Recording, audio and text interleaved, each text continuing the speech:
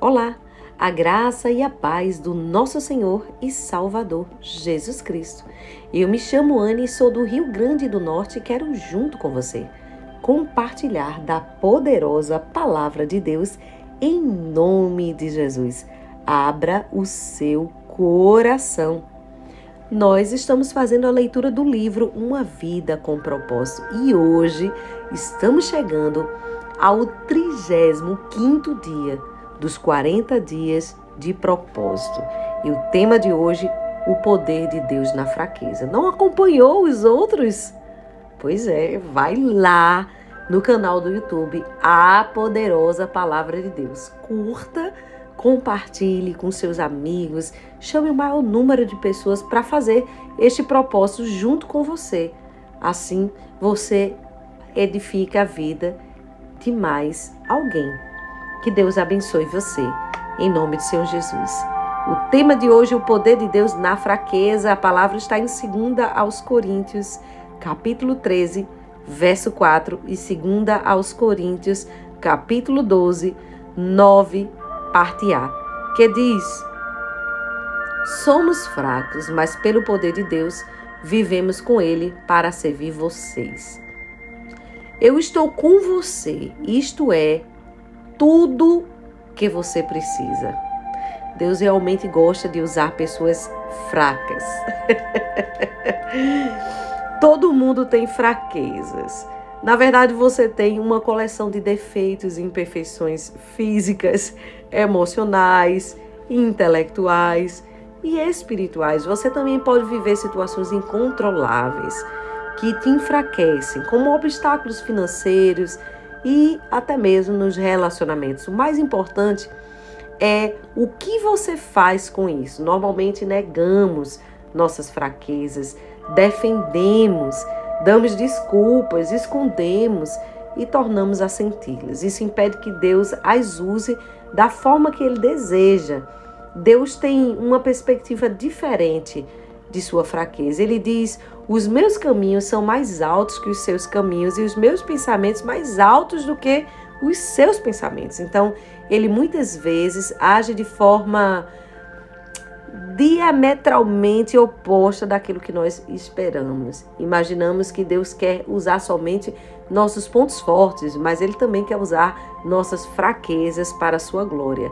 A Bíblia diz: Deus escolheu para envergonhar os poderosos. Ele escolheu as coisas fracas desse mundo, o que o mundo acha fraco. Ou seja, suas fraquezas não são um acidente. Deus as permitiu em sua vida deliberadamente, a fim de demonstrar o seu poder por meio de você. Deus nunca ficou impressionado com a força, com a autossuficiência. Aliás, Ele é atraído por pessoas que são fracas e admitem isso.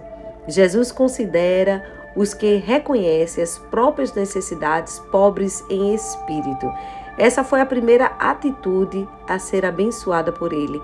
A Bíblia é cheia de exemplos sobre como Deus adora usar pessoas comuns e imperfeitas para realizar coisas extraordinárias a despeito de suas fraquezas.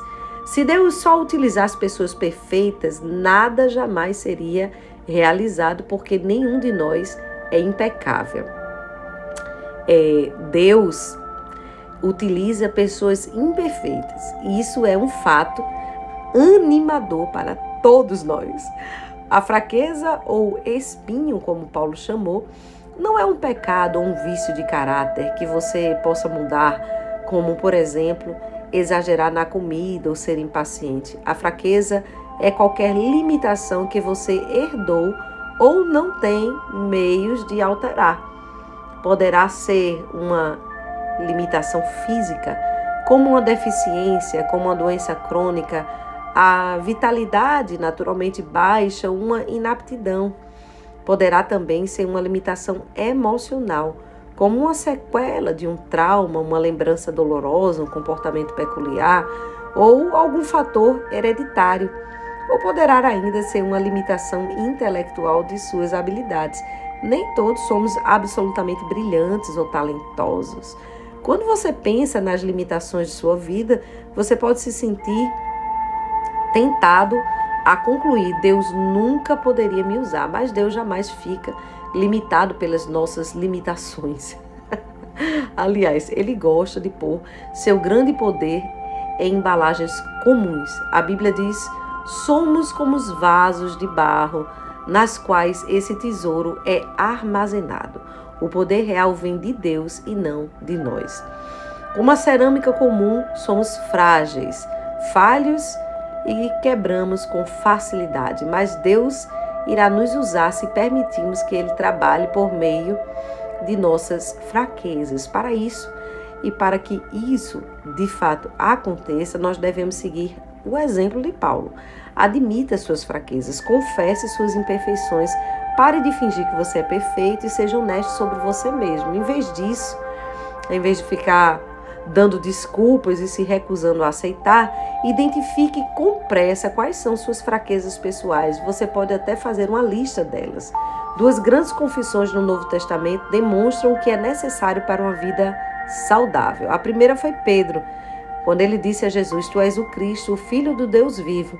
E a segunda confissão foi feita por Paulo, que disse à multidão que o idolatrava: Nós também somos humanos como vocês. Se você quer que Deus o use, você deve saber quem é Deus e quem é você. Aleluia! Tremendo essa palavra. Aleluia! Muitos cristãos, principalmente líderes, esquecem da segunda verdade: somos apenas humanos. Se forem necessários esses lembretes, coloquem na sua Bíblia, porque problemas graves nascem justamente disso daí. Para que você admita isso, Deus não irá hesitar em permitir que você se exalte a si mesmo, né? Mas Ele vai te lembrar, aleluia, porque Ele ama você. Regozije-se na sua fraqueza. Paulo disse: portanto, eu me sinto feliz em me gabar nas minhas fraquezas, para que assim a proteção do poder de Cristo esteja comigo e eu me alegro também nas fraquezas, pelas quais passo por causa de Cristo. Em princípio, isso não faz nenhum sentido. Queremos ser libertos da nossa fraqueza e não nos regozijarmos nela, né? Mas o regozijo é uma manifestação da fé na bondade de Deus. É como se Ele dissesse: Deus, eu sei que você me ama e sabe o que é melhor para mim. Ponto. É exatamente assim. Paulo nos dá várias razões para ficarmos felizes com as nossas fraquezas, que nasceram conosco. Primeiro, elas nos fazem depender de Deus. Falando a respeito da própria fraqueza que Deus se recusou a eliminar, Paulo disse: já que eu sei que tudo é para o bem de Cristo, sinto-me bem feliz com o espinho e com os insultos, as durezas, as perseguições, as dificuldades, porque quando estou fraco, então sou forte. Quanto menos tenho, mais dependo dele. Sempre que se sentir fraco, Deus o estará relembrando de que você depende dele. Nossas fraquezas também previnem a arrogância. Elas nos mantêm humildes. Paulo disse: para que eu não ficasse muito orgulhoso, foi-me colocado um espinho. Foi-me dado um dom de uma deficiência para me colocar em constante contato com as minhas limitações. Deus, em muitos casos, junta uma grande fraqueza com uma grande força para manter nosso ego sob controle. A limitação pode agir como o controlador que nos impede de ir rápido demais e passar à frente de Deus. Quando Gideão recrutou um exército de 32 mil homens para combater os midianitas, Deus os reduziu a apenas 300 homens.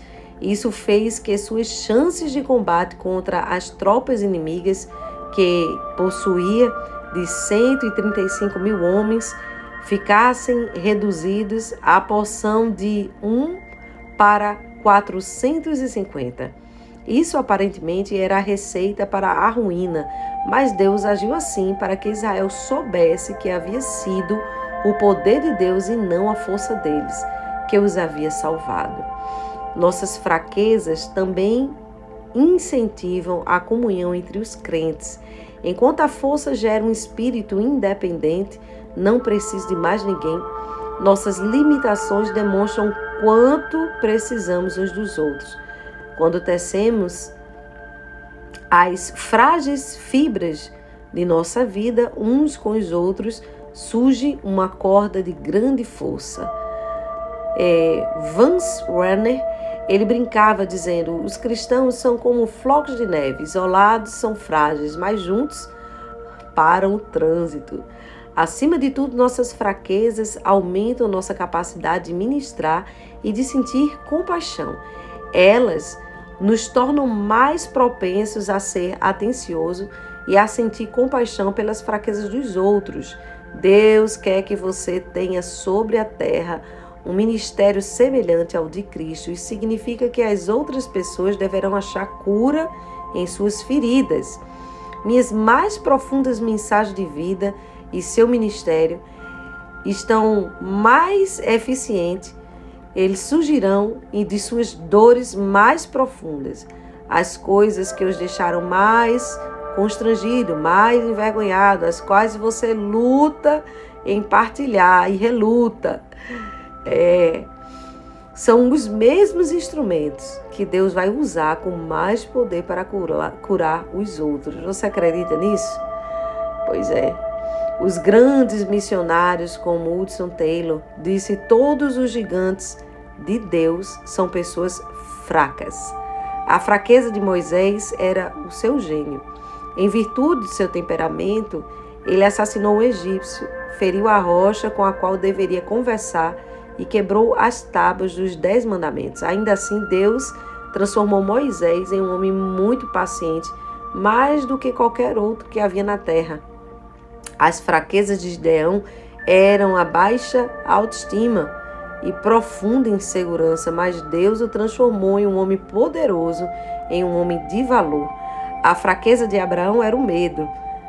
Não uma das duas vezes, ele afirmou que a esposa era meia-irmã para se proteger, mas Deus transformou Abraão no pai de todos os que creem.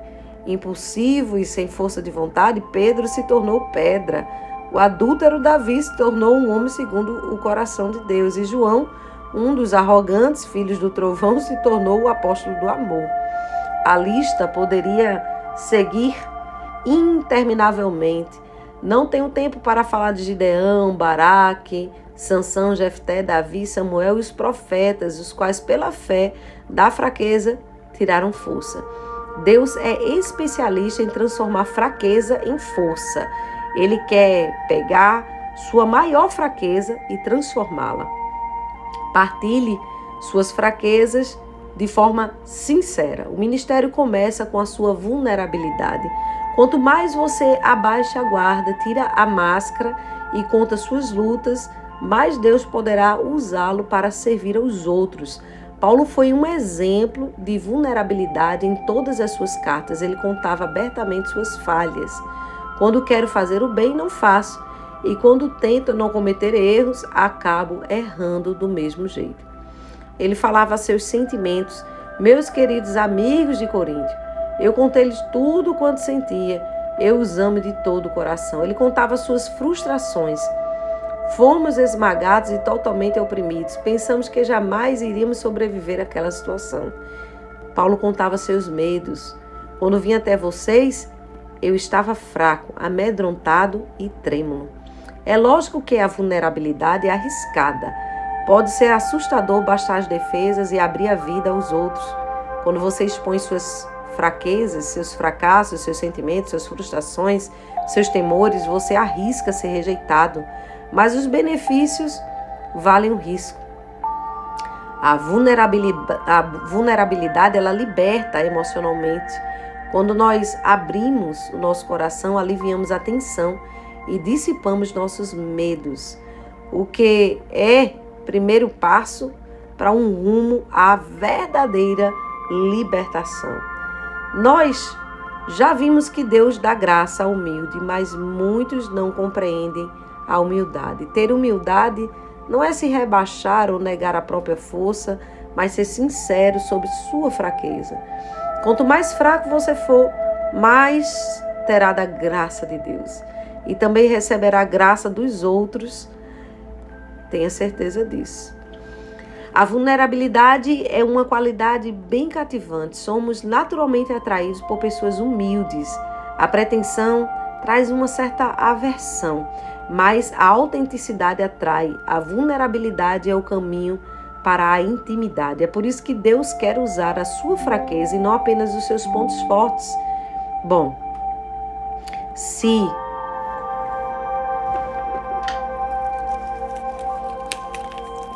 as pessoas só puderem ver os seus pontos fortes de fato, como é que o nome de Deus será glorificado? Aleluia! Os seus pontos fortes irão certamente desanimar você. E você pode até pensar, bem, é melhor para ele, mas nunca poderei fazer determinadas coisas, fazer isso, fazer aquilo. Entretanto, quando você de fato entende que algo vem de Deus e Deus quer usar apesar das suas fraquezas, isso te anima. E você pensa, talvez Deus também possa usar-me. Nossos pontos fortes criam competição, mas nossas fraquezas criam a vida em comunidade. Eu vou repetir, irmãos, eu achei essa parte muito forte. Nossos pontos fortes criam competição, mas nossas fraquezas criam a vida em comunidade. Em algum ponto da vida, você terá que decidir se quer impressionar ou influenciar pessoas. Você pode impressionar as pessoas de longe, mas tem de chegar perto para influenciá-las. E quando você fizer isso, elas poderão ver as suas imperfeições. Não há nenhum problema. A qualidade essencial de um líder não é a perfeição, mas a credibilidade. As pessoas devem ser capazes de confiar em você. Caso contrário, não lhe seguirão. Você constrói credibilidade, não fingindo ser perfeito, mas ser sincero. Então, glorie-se na sua fraqueza. Paulo disse, durma. Olhe, de uma experiência, assim vale a pena gloriar-se, porém, não vou fazê-lo.